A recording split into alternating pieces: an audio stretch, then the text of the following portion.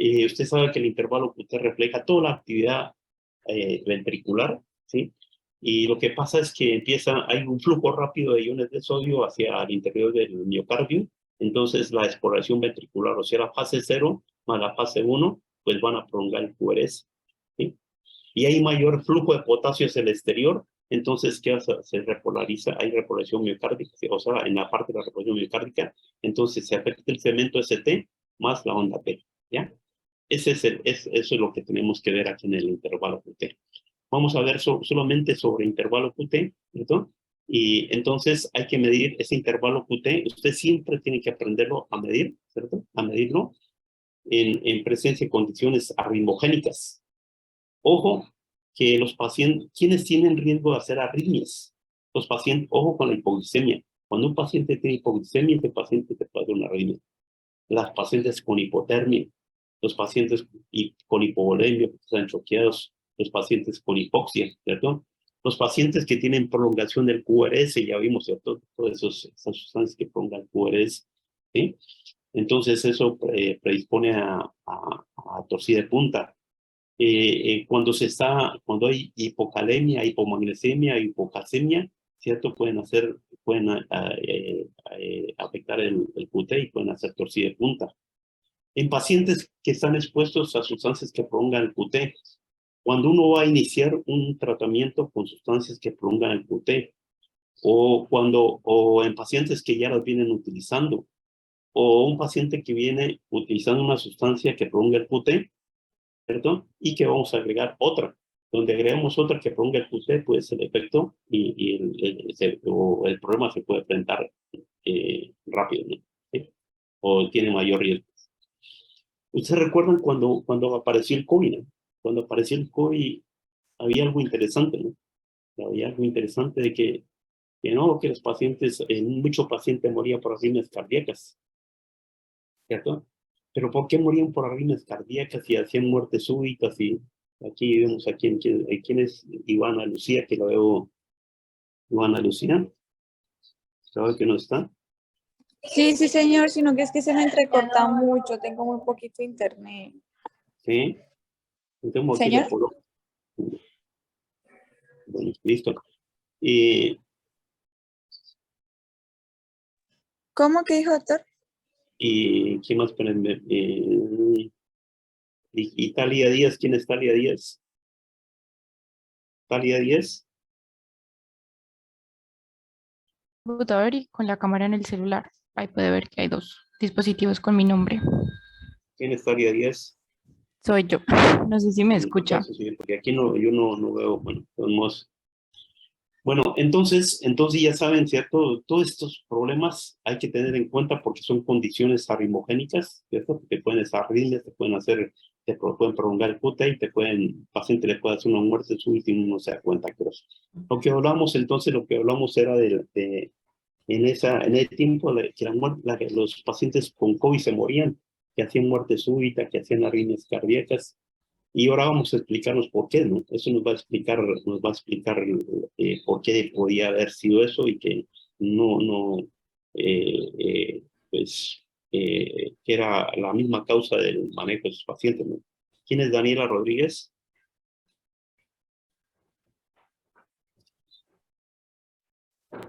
Soy yo, Daniela, Doc, sino que cada vez que coloco la cámara se me cae el internet, entonces por eso tengo que estar prendiendo y apagándola. sí. Bueno, entonces acá le pongo una notica, ¿no?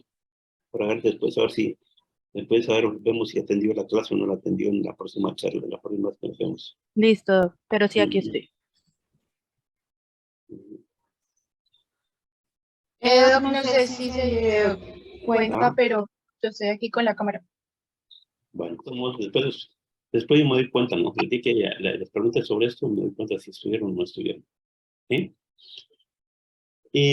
Mire, entonces, ¿cómo y cuándo medirlo, cierto? ¿Cierto? Ya sabemos, ¿cierto? Hay que medirlo siempre cuando uno vea condiciones arritmogénicas y en lo posible cuando uno ve esas condiciones, apenas entre el paciente hay que hacer un electro. Y si usted ve, ¿cierto? Hay que hacerle controles diarios a esos pacientes, ¿no? ¿Cómo se mide? Mire, se mide desde el inicio de la onda Q, ¿sí? Hasta el final de la onda T, ¿cierto? Onda T, ¿sí? Entonces, de lesión se debe elegir el de dedos largos, ¿cierto? Ahí se puede medir, ¿sí? Ojo que esto varía con la edad, con el género y con la frecuencia cardíaca, ¿sí?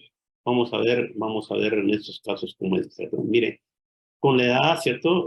Pues una mayor edad, pues mayor riesgo.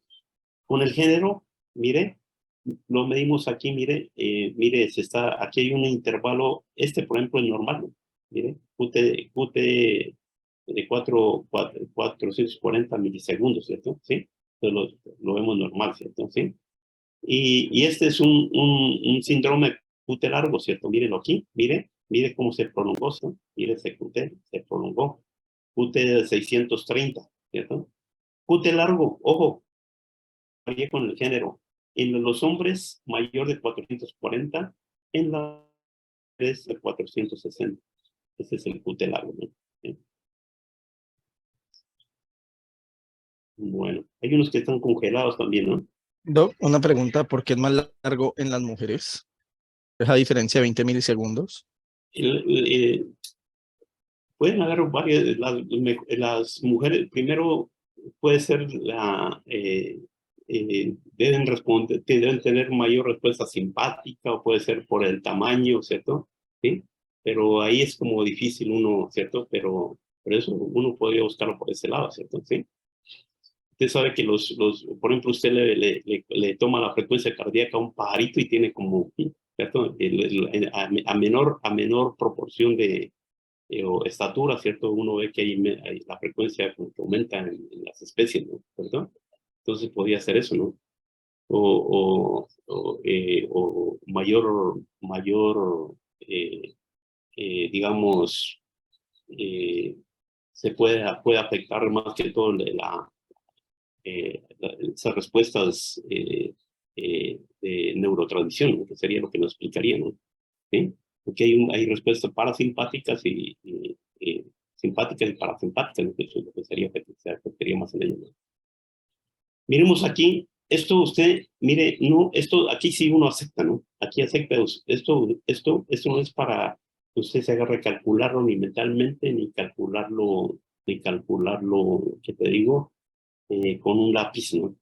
Entonces, usted lo que pueden hacer, ¿cierto?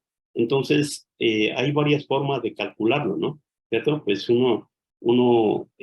porque uno lo que hace es ese intervalo que nosotros vemos acá, ¿cierto? El índice QT, ¿cierto? O sea, el índice QT prolongado, uno debe corregirlo. Ya dijimos, ¿no? Que la corrección que se tiene, ¿cierto? En las mujeres es un poquito más alta, ¿no? ¿Cierto? ¿Sí? Pero miremos acá, ¿cierto? Hay que corregirlo, ¿cierto? Ya calculado de acuerdo a la frecuencia cardíaca. Hay un homograma que se utiliza en urgencias que eso no es práctico, entonces lo que usted tiene que bajar es cualquiera de esas, ¿no? Esas aplicaciones, Calculate y Type, ¿cierto? En estas usted puede ingresar, ¿cierto? Los datos, ¿sí? Ingresa los datos y calcula, porque esos son fórmulas muy complejas, ¿no? Mire, por ejemplo, este es el índice Basel, donde usted mide, ¿cierto? ¿Qué mide? Mide el QT, ¿cierto? El QT, ¿cierto? ¿Sí? Miremos el QT acá, mire el QT, ¿cierto? Entonces, QT, ¿cierto? Aquí, ¿no es cierto? ¿Sí? Entonces, mire el QT, ¿cierto? ¿Cuánto da? Aquí da 0,06 segundos, ¿cierto? ¿Sí? Y eso, mire la fórmula, ¿cierto? Y el RR, ¿cierto? El QT y el R, ¿cierto? Entonces, RR 0,6, ¿no es cierto? ¿Sí? RR variable, dice, o sea, QT, la onda QT, ¿cierto? Sobre raíz cuadrada de RR, ¿cierto? Entonces eso da tanto, ¿cierto? Entonces es muy complicado. Entonces lo que ustedes agarran, ¿cierto? Ustedes agarran la aplicación, te colocan los valores, ¿cierto? Mide un RR, ¿cierto? ¿Sí? Y mide una onda QT y allá le mete los datos y le pregunta allá, ella le pregunta, le dice, índice va a ser índice de lidericia o índice de fragmentación, ¿sí? ¿Eh? Entonces inmediatamente cuál quieren y inmediatamente se lo calcula. Cuando ustedes tienen esos pacientes con frecuencias cardíacas menores de 60 o mayores de 100, pues se recomienda este índice, ¿no? Pero el que más se aplica es ese índice base, ¿cierto? Entonces allí sí, primero bajen una aplicación de estas y entonces lo único que tienes es que aprender a ver de dónde es medir el RR y aprender a medir el QT de aquí a aquí, ¿no? Entonces, Qué pena, una pregunta. ¿sí? Es que yo tengo Calculate y estoy buscando pues, la fórmula como tal para reemplazar los datos en un electro y no me aparece ninguna de las tres. Solamente me aparecen la Framingham Score, pero no me salen para Entonces el electro. busca en el otro, en este. Eso hay un montón de, ¿cierto? Busca en el otro, en este. Busca en este y ahí te aparece eso. Ahí te dice por cuál lado quiere calcularlo, ¿cierto? ¿Sí? ¿Ya? Listo, gracias. Entonces ahí te dice si lo quieres calcular por base o por cualquiera de esos, ¿no? ¿Cierto? El que más se utiliza es este índice y el caso de este, miremos, aquí como vemos este, mírenlo aquí, este de, sí, mire aquí, Framingham, si la frecuencia es menor a 60 o mayor de 110, utilicen este índice, ¿ya? Y colocan, ¿cierto? Se coloca índice de QT corregido según frecuencia cardíaca, ¿cierto? Por índice Framingham, ¿cierto? ¿Sí? Y con eso trabajan, ¿cierto? ¿Sí? Miremos diagnóstico clínico, ¿cierto? Eso ya es fácil corregirlo, ¿no? O sea, ya, pues, ¿cómo se hace el diagnóstico, no? Primero, antecedentes, factores de riesgo. Ojo, historia familiar del síndrome de QT largo. Es mayor en las mujeres, lo que te decía, mira, es mayor en las mujeres, tienen mayor sensibilidad, ¿cierto? 2 a 3 veces en mujeres sobre 1 en el hombre, ¿sí? O sea, que parece más como hereditario, ¿cierto? Genético. Pacientes con problemas de tiroides, pacientes con insuficiencia hepática, pacientes con insuficiencia renal, todos estos son factores de riesgo. Pacientes que tienen falla cardíaca congestiva, pacientes con hipertrofia ventricular izquierda, pacientes con infarto del miocardio, pacientes con hipocalemia, tratar de nunca tener un valor de potasio menor de 3.5, ¿cierto? Y usted ve que el potasio está muy bajito en los pacientes, no lo deja bajito, ¿cierto? Porque esos pacientes tienen riesgo, ¿cierto? A hacer esas arritmias, ¿no? Pacientes con hipomagnesemia, el magnesio va más o menos de 1.6 a 2.6 horas normal valor, ¿no? Entonces tratar de que no se baje de menos de 1.5. El calcio a menos de 8.8, pero un 8.7, ¿no? Pacientes con bradicardia. El más importante, ojo, si el QT está mayor de 600, el paciente lo más probable es que ya te va a ser el problema. Y si tiene más de 700, el paciente lo más probable es que te lo hizo ya, ¿cierto? Entonces tratar de guiarse con los valores que uno tiene estándares, ¿cierto? El que vimos para el hombre y la mujer, y en pacientes que tengan esos valores, tratar de controlarlos para evitar que nos vaya a hacer una torcida de punta, ¿no? Ojo, pacientes que reciben medicamentos, ¿cierto? Que prolongan el índice QT, que ahora vamos a verlos. Ojo, dosis altas de estos medicamentos, cuando se utilizan a dosis rápidas, también pueden desencadenar prolongar el QT, ¿cierto? Estos medicamentos que prolongan el QT, solamente con utilizados en la dosis estándar, pueden incrementarlo en 50 milisegundos, o sea que aumentan el riesgo, ¿sí? Pacientes que reciben medicamentos que concomitantemente, ¿cierto? Que prolongan el QT y suponiendo un paciente recibe un medicamento que prolonga el QT y colocamos otro que inhibe el metabolismo de ese medicamento, pues es mayor el riesgo, ¿no? Ojo, pacientes con cardioversión reciente, de fibrilación auricular, ¿cierto?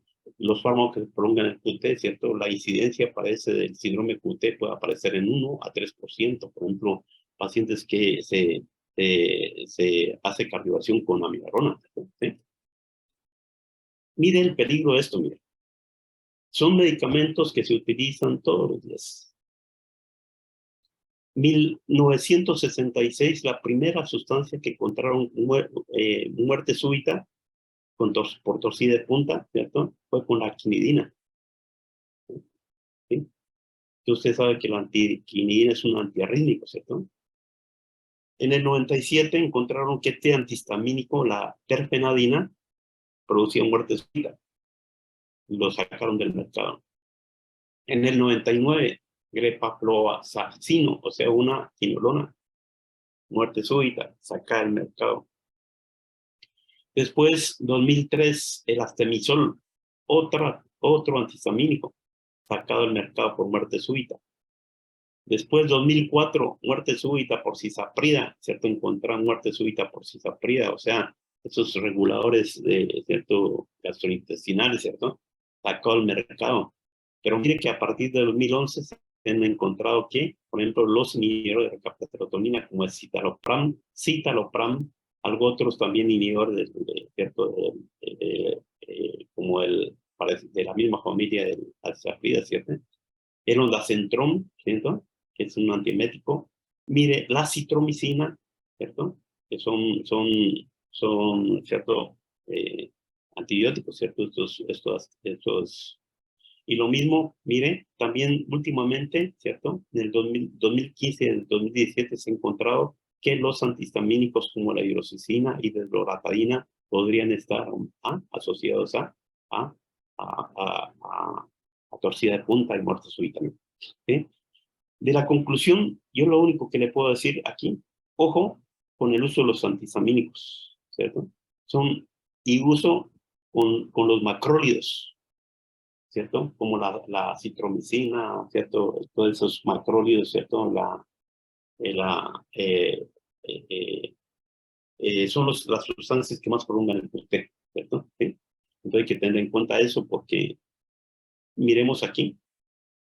Esto es un problema bastante complicado y por eso hay mucho estudio sobre esto.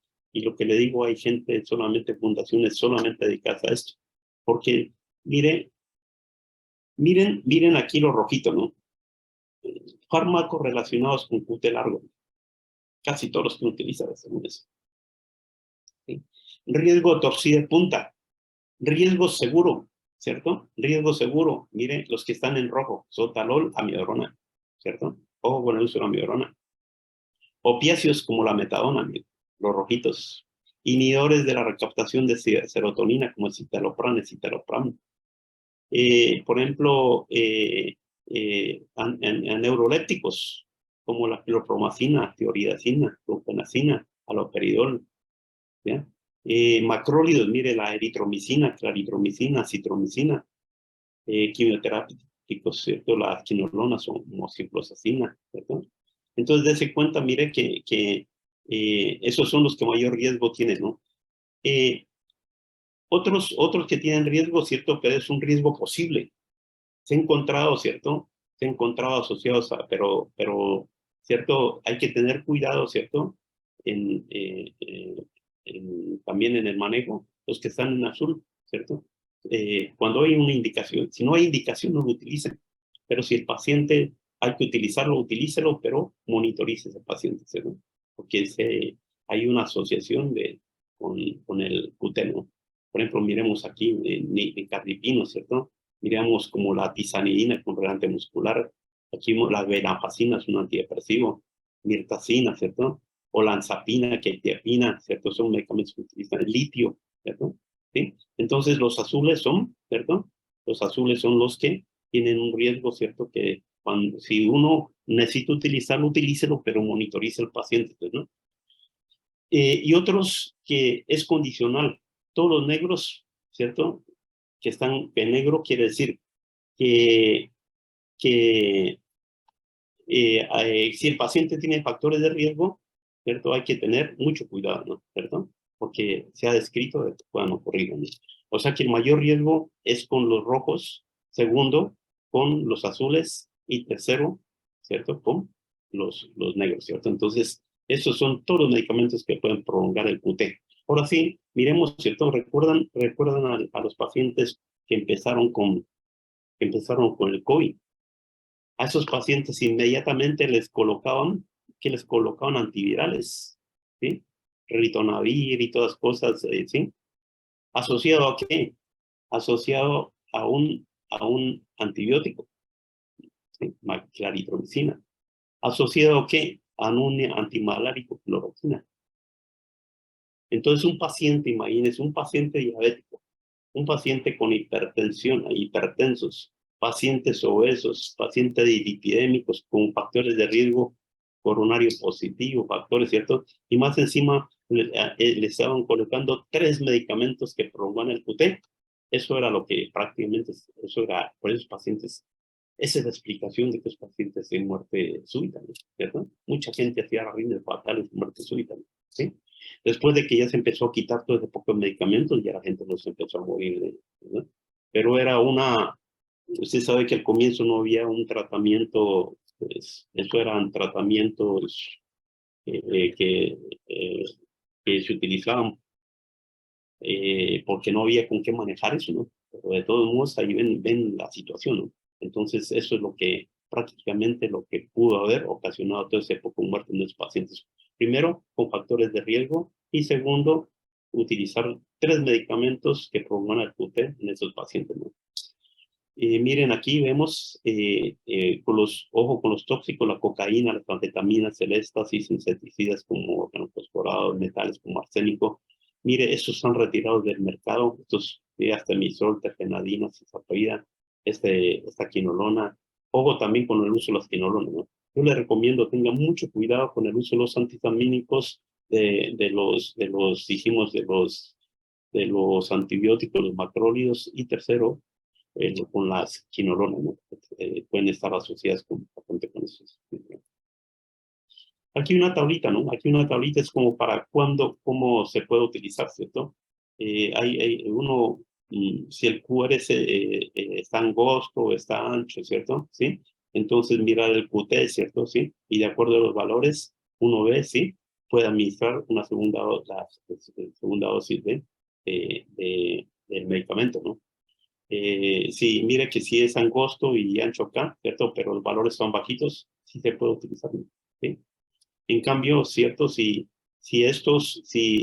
al utilizar esto, si al control, utilizamos una segunda dosis y hacemos otro control de electrocardiograma y vemos que aumentó 50 milisegundos, ¿cierto? No aumentó menos de 50 milisegundos y el QT sigue menos de 500 o 550, podemos utilizar el medicamento, ¿no? Eso se refiere, entonces, es de acuerdo a QRS ancho y al QT. Entonces, para ver si nosotros podemos utilizar o no el medicamento, ¿no? Entonces, esa es una tablita muy sencilla que hay que repasarla y se dan cuenta que Doc, se una puede. pregunta. ¿Sí? ¿Sí? Y en el momento en que yo le administro pues el medicamento prolongador del QT, ¿en qué momento, o sea, en el tiempo como tal, cuánto debo esperar para hacer el segundo electro de control? Mire, el detalle es, ya vimos factores de riesgo, ¿cierto? Factores de riesgo, ¿cierto? Acá vimos los factores de riesgo, ¿cierto? Están Sí, Doc, aquí. eso lo entiendo. La En pregunta todo es, paciente que tenga factores de riesgo, ¿cierto? Y uno ve que va a utilizar medicamentos que prolongan el QT, pues lo ideal se le hace antes de iniciar el medicamento y después de iniciar el medicamento. Usted sabe que todo medicamento tiene digamos, un tiempo para actuar, ¿cierto? ¿Sí? Y el tiempo es de acuerdo a lo que se da, a lo que, digamos, si yo doy, por ejemplo, una claritromicina que se utiliza, ¿cierto? Se utiliza que sea cada 12 horas, pues sobreentiende que después de que, ¿cierto? Pase esa vida media, podemos hacer el electro de control, ¿no? Pero si es uno de cada 24, podemos hacerlo al otro día. Pero si es un medicamento que lo voy a utilizar como un antihistamínico, que lo voy a utilizar cada 8 horas, pues yo le haría un control a las 8 horas, ¿no? ¿Cierto? ¿Sí? ¿Ya? Entonces, de acuerdo a la vida media del paciente o el momento o el tiempo que demore en hacer efecto, ¿no? Entonces, miremos aquí, ya como para terminar, miremos aquí esto. Para terminar, mire aquí. Entonces, clínicamente es cierto que ojo con la clínica. El paciente refiere que es otra cosa, ¿no? Si yo le doy a un paciente, le doy un medicamento y presenta síntomas, inmediatamente tengo que hacerse. No voy a esperar 6, 8 horas o 12 horas o el otro día, ¿no? ¿Sí? Esa es la clínica que te está diciendo que el paciente puede tener, estar presentando el problema, ¿no? O el paciente que te consulta por esto. El paciente se refiere que se siente como aturdido, como que siente palpitaciones, que se siente debilidad, que siente visión borrosa, son inespecíficos, pero sirven. Si el paciente viene con mareos, el paciente viene, ellos lo toman como un presíncope que se desmayó, ¿cierto? ¿Sí? Pero sin perder el conocimiento, ¿no? ¿Cierto? O el paciente te hizo un síncope, ¿cierto? Síncope, o sea, pérdida de la conciencia con recuperación total rápida, ¿cierto? O el paciente que te viene convulsionando por hipoxia, ¿cierto? Entonces, pacientes, esos son signos de que el paciente, ojo, que puede estar haciendo una prolongación del QT. Entonces, ¿qué exámenes necesitamos? Son pocos, ¿no? Mire el electrocardiograma. Ustedes con el electrocardiograma, ¿cierto? Sabiendo leer el ERR y el QT, simplemente lo meten en la aplicación y miran, y tener un listado de las sustancias que más lo producen, ¿cierto? En caso de que uno algún día lo necesita, pues inmediatamente mete ahí y ve el valor y de acuerdo al valor ve si mira, ¿no? Si hay problema de esos pacientes, ¿no? Hay que tener en cuenta, digamos, la creatinina. Dijimos que la creatinina, la TSH, pacientes con tiroides, la función hepática, TGO, TGP, y 3 electrolitos, potasio, magnesio y calcio. Hay que tener en cuenta siempre eso, ¿no? O sea que, por eso ustedes han visto que todo paciente que llegue pues, con cualquier tipo de esos pacientes que vienen con síncope al servicio de urgencia, uno le hace un electro, le pide una TSH, le pide electrolitos y listo, ¿cierto? Prácticamente con... Complicaciones, ¿no? Síndrome de QT, ese es el problema de las complicaciones. Mire, el síndrome de QT largo puede ser congénito o adquirido, ¿cierto? Un paciente que tiene más de 500 milisegundos, eso lo predispone a arritmias ventriculares. O sea, ustedes siempre que encuentren ese paciente hay que estarlo controlando, ¿no? Eso puede predisponer a arritmias ventriculares. Y hay que tener en cuenta, ¿cierto? Porque es un dato importante, ¿no? Algunos antiarrítmicos están contraindicados, ¿no? En el manejo de torsión de punta. Cuando hay alteración de la repoblación de los ventrículos, si hay bradicardias, ojo con las bradicardias menores de 60 o ritmos nodales, eso predispone a dos cosas. Uno, taquicardia ventricular polimorfa. Taquicardia, ahora vamos a ver el letro, ¿cierto? Taquicardia ventricular polimorfa y la torcida de puntas, ¿no? Si durante la taquicardia, ¿cierto? Hay un retraso en un foco ectópico, ¿cierto? Eso se activa, ¿cierto? Y desencadenan complejos QRS de amplitud variable, que son irregulares, y se llama torcida de punta porque van hacia arriba y van hacia abajo, ¿sí? De la línea isoeléctrica, en una forma de sinusoide, y eso puede durar entre 30 segundos y se puede repetir cada 5 a 10 minutos mientras dure la causa, ¿sí? Y otro problema es que estos pueden hacer fibrilación ventricular y paro cardíaco, ¿cierto? Entonces hay que diferenciar entre una torcida de punta y una fibrilación ventricular y paro cardíaco, porque el manejo cambia, ¿no? Ahora vamos a ver cómo cambia, ¿no? El no realizar el tratamiento adecuado de esos pacientes puede llevar a muerte súbita. Miremos los electros aquí, ¿cierto? Mire, este es un electro, los electros, ¿cierto? Mire cómo se va dibujando, ¿cierto? Va hacia arriba, luego hacia abajo, se llama la torcida de punta, ¿sí? Miremos acá, de pronto aquí empieza se normaliza, en parte vuelve y aparece, vuelve y repite, ¿cierto? O sea que dijimos como dijimos acá, ¿no? Que son episodios que pueden durar, pueden aparecer aquí mismo, ¿no? Unos 30 segundos y repetir cada 5 a 10 minutos, ¿no? ¿Sí? El manejo es sencillo. 1. Suspender el agente causal. En caso de una torcida de punta, inmediatamente suspenda el medicamento que esté relacionado con prolongación del QT. Segundo, mantenga los valores del magnesio mayor de 2, potasio mayor de 4 y calcio mayor de 8,5. No deje bajar esos valores, ¿sí? Tercero, sulfato de magnesio. Bolos de 2 gramos en 2 o 3 minutos, seguidos de una infusión a 2 o 4 miligramos por minuto, hasta concentración, hasta obtener, miren, hasta obtener magnesio mayor de 2, ¿cierto? En lo posible, ¿cierto? Mantengan el magnesio en el límite superior, el magnesio límite superior. El valor del magnesio es de 1.8 a 2.6, entonces tratar de que esté en el límite superior. Si durante, si aparece torcida de punta mientras tenemos la infusión, estamos pasando la infusión y vuelve y presenta torcida de punta, inmediatamente repetimos el bolo de sulfato de magnesio, ¿sí? Hay efectos secundarios cuando se aplican los bolos que son sensación de calor, de rubor, ¿cierto? En esos casos usted le puede agregar una ampollita de gluconato, de calcio. Debe dejar una infusión de potasio, ¿cierto? En solución salina, ¿cierto? ¿Sí? Usted sabe que el potasio periférico se utiliza 25 cc de catrol en 4,75 solución salina y mantener el valor, ¿cierto? Los valores entre 4 y 5.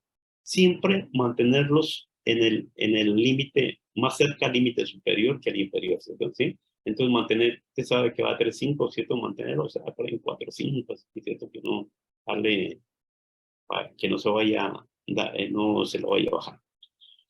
Evitar la bradicardia, ¿sí? Porque cuando hay bradicardia, se repite la torcida de punta, ¿sí? Porque se prolonga el QT.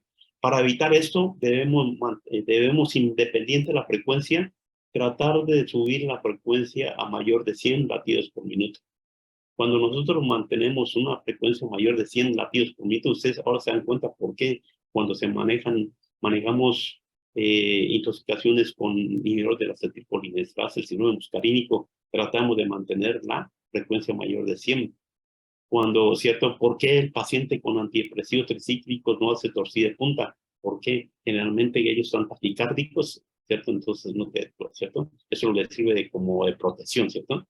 Entonces, hay dos posibilidades, ¿no? Uno puede utilizar isoproterenol, ¿cierto? ¿Sí? O que pues es el manejo médico, ¿no? Isoproterenol, y en caso de que no vea que no hay buen resultado, se puede utilizar marcapasos externos para tratar ¿sí? Para tratar de controlar eso. Si hay compromiso hemodinámico o torcida de punta y no, o sea que si el paciente además de la torcida de punta está hipotenso, ¿sí?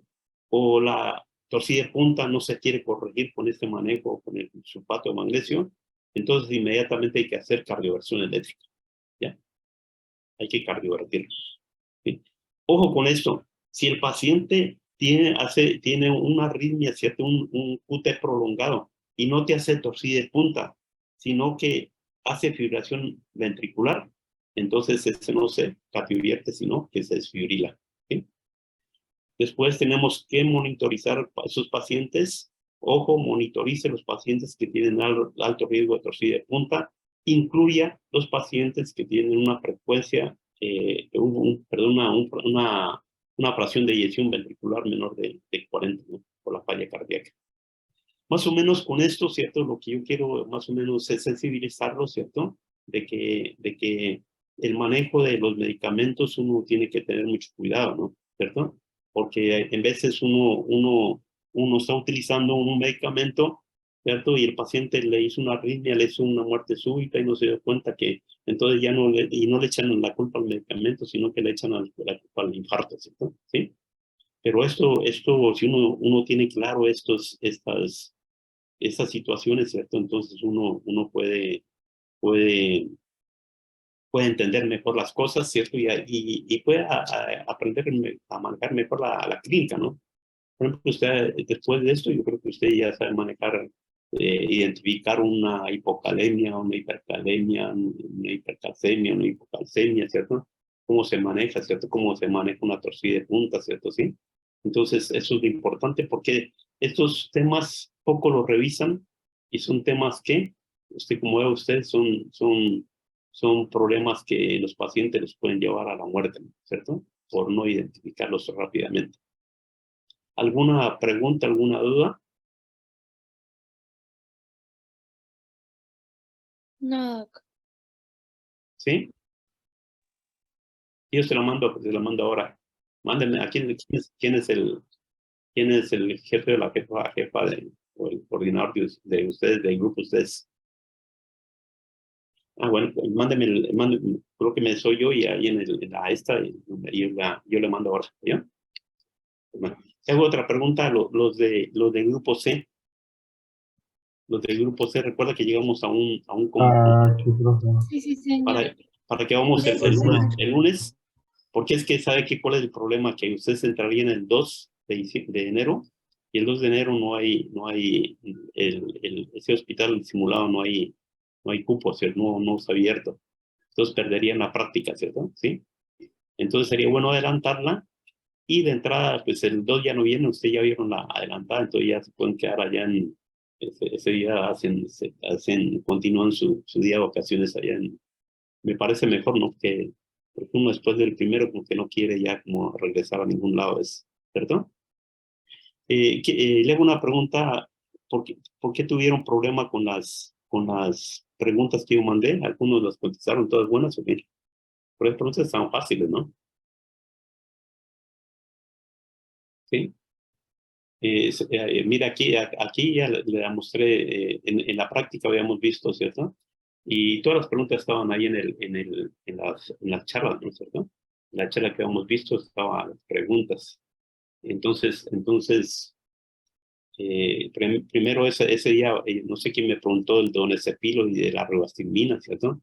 Que hablamos que eso eran anticolinesterásicos que utilizaban en la enfermedad perdón, en la demencia de Alzheimer, ¿cierto? También hablamos hablamos del estrapiramio medicamentoso que se maneja con viperideno, ¿cierto? Era la otra, ¿cierto? Entonces, son preguntas muy, muy sencillas, ¿ya? Entonces nos vemos entonces quedamos así con los del grupo C, ¿cierto? Sí, doctor. Pues nos veríamos por ahí a las de 8 a 11 más o menos. Bueno, Sería revisar, ¿sabe qué? Revisar el choque anafiláctico, porque usted todos vieron que le digo, ya vieron manejo inicial, ¿cierto? Entonces, revisar el choque anafiláctico, revisar el choque séptico, ¿cierto? Y miren cómo se coloca un catéter venoso central en un video de eso, ¿cierto? Prácticamente aprender a manejar el choque anafiláctico, poner los medicamentos. Segundo, cómo se prepara la adrenalina, ¿cierto? Cómo se coloca, ¿cierto? Aprender, ¿cierto? Sobre el manejo del choque séptico, de pronto cómo se coloca un catéter venoso central, ¿cierto? Cuáles son las indicaciones, cuál es el procedimiento, y manejo de cómo se tromboliza, para que conozcan los trombolíticos, ¿no? Por ejemplo, el metalice, el altilice, ¿cierto? Cómo se tromboliza digamos, en la parte neurológica, el ictus, ¿cierto? En ventana o el tromboembolismo pulmonar con compromiso hemodinámico, o el infarto o el miocardio con elevación del ST. Simplemente es conocer esto y que lo tengan en la mano, que lo miren, ¿cierto? Para que el día que lo encuentren, eso es muy fácil. Hacer un diagnóstico de infarto y hacer manejo de infarto es muy sencillo ya. ¿Sí? ¿Sí? Entonces, pero uno ya conociendo y teniendo el medicamento y viéndolo cómo se prepara, ¿cierto? Eso ya no se lo olvida nunca, y de pronto también revisen si alcanzan un poquito de fibrilación auricular, ¿cierto? Para el manejo de la miogrona. Nos vemos el lunes, ¿no? ¿Sí? Listo, profe. Gracias, ¿no? Hasta luego. hasta luego. Vale, profe, hasta luego.